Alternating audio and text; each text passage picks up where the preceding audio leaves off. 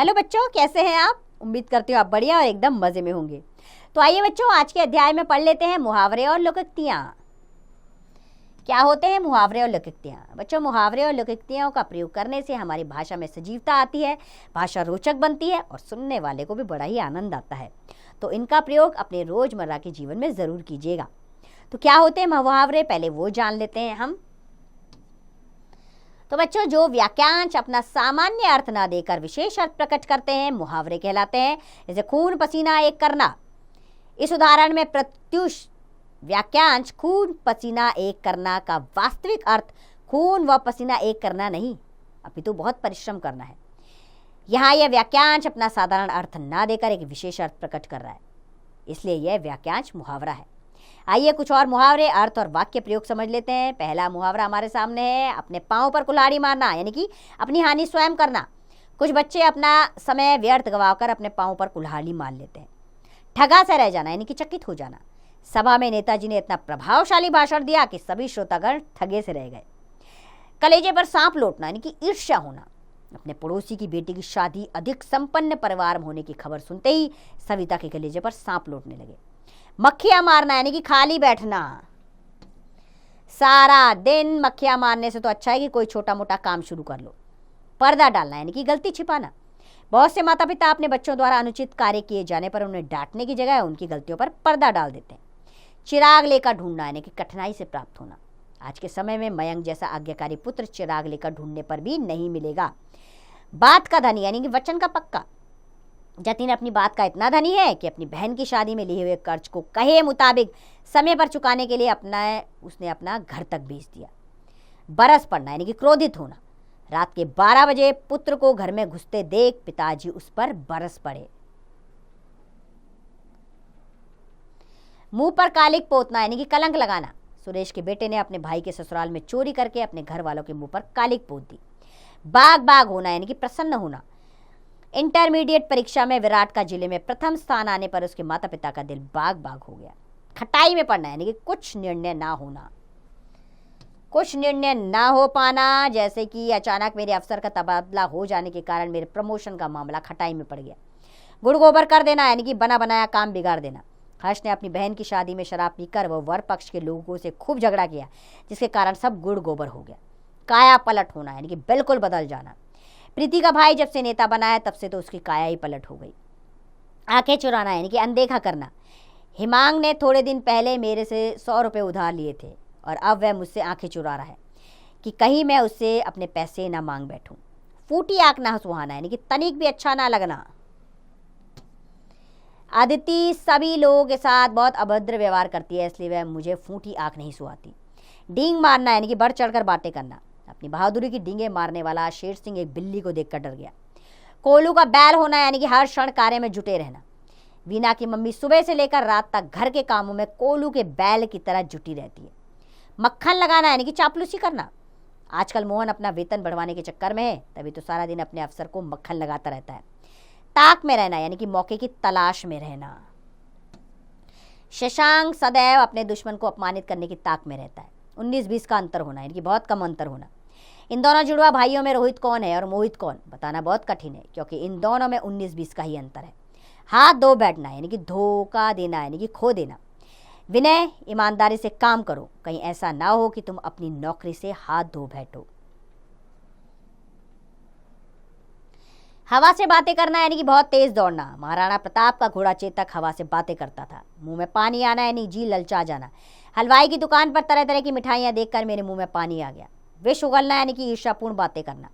पता नहीं मैंने उमंग का क्या बिगाड़ा है, जब देखो मेरे प्रति विष उगलता रहता है। श्री गणेश करना, यानी कि आरंभ करना। अरे मित्र राजेश, तुमने अपने नए अखबार का श्री गणेश कब किया?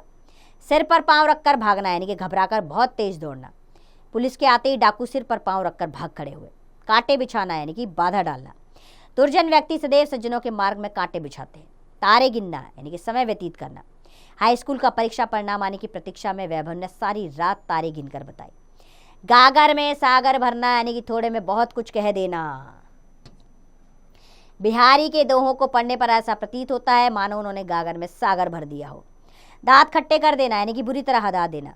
कारगिल के युद्ध में भारतीय सेना ने पाकिस्तानी सेना के दांत खट्टे कर दिए।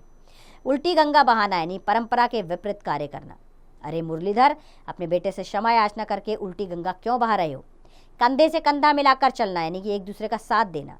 देश में व्याप्त भ्रष्टाचार को समाप्त करने के लिए सभी देशवासियों को कंधे से कंधे मिलाकर चलना होगा।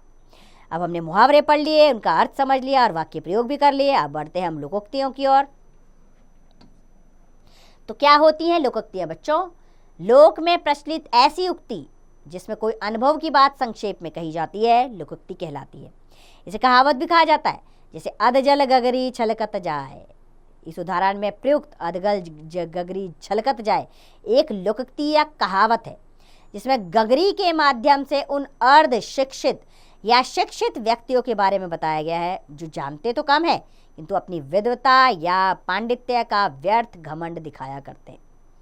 आइए कुछ लोकोक्तियां और उनके अर्थ व वाक्य प्रयोग जाने। जैसे पहला है अंधे के हाथ में बटेर लगना, यानी बिना प्रयास के कोई वस्तु प्राप्त होना। इसका वाक्य क्या बनेगा?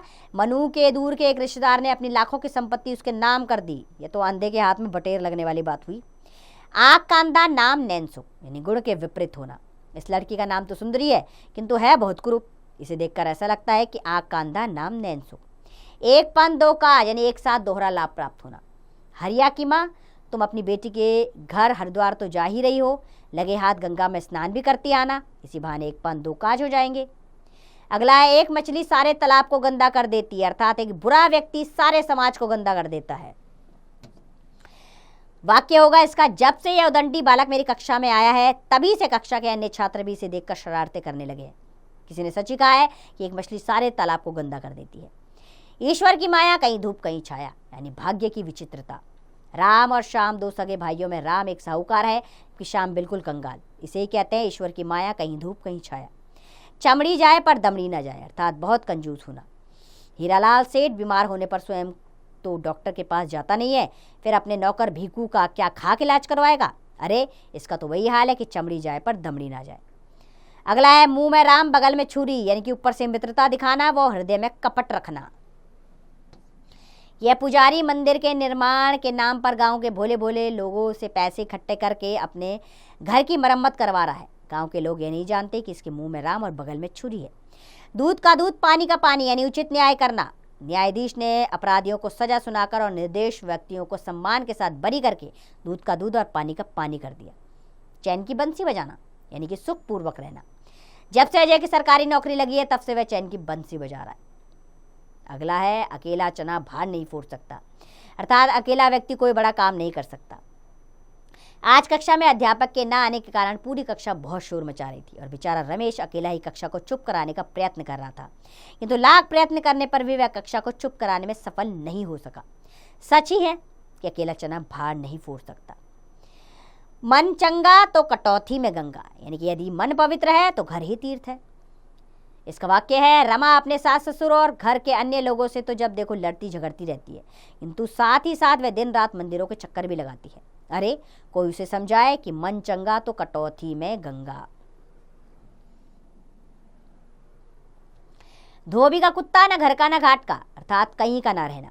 अभिषेक ने अपनी सरकारी नौकरी पाने की आशा में अपनी प्राइवेट नौकरी भी छोड़ दी, किंतु जब उसे सरकारी नौकरी नहीं मिली तो सभी लोगों ने उससे यही कहा कि धोबी का कुत्ता न घर का न घाट का।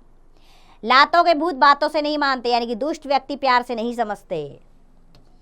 जब तक इस चोर की पिटाई नहीं होगी तब तक यह सच्चाई नहीं उगलेगा, क्योंकि लातों के भूत बातों से नहीं मानते। जो गरजते हैं वे बरसते नहीं।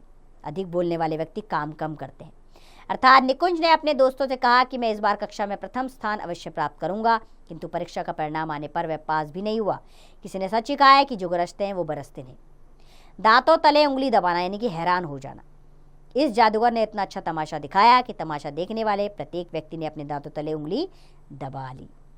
आइए आपके अभ्यास के लिए इस अध्याय को एक बार दोहरा लेते हैं। तो बच्चों, जो वाक्यांश अपना सामान्य अर्थ ना देकर एक विशेष अर्थ प्रकट करते हैं मुहावरे कहलाते हैं।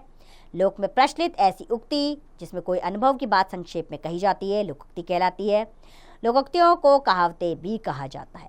तो मुझे पूरी उम्मीद है कि मुहावरे और लोकोक्ति आपको अच्छे से समझ में आई होगी। अब आपने क्या करना है, आपने रोज की जिंदगी में यानी कि रोज की दिनचर्या में आपने लोकोक्ति और मुहावरों का प्रयोग करना है। इससे क्या होगा, आप इसके आदी हो जाएंगे और इन मुहावरों के सटीक अर्थ आपके दिमाग में फिट हो जाएंगे और आप इन्हें कभी नहीं भूल पाएंगे। अब इसका अभ्यास कार्य आप स्वयं कीजिए।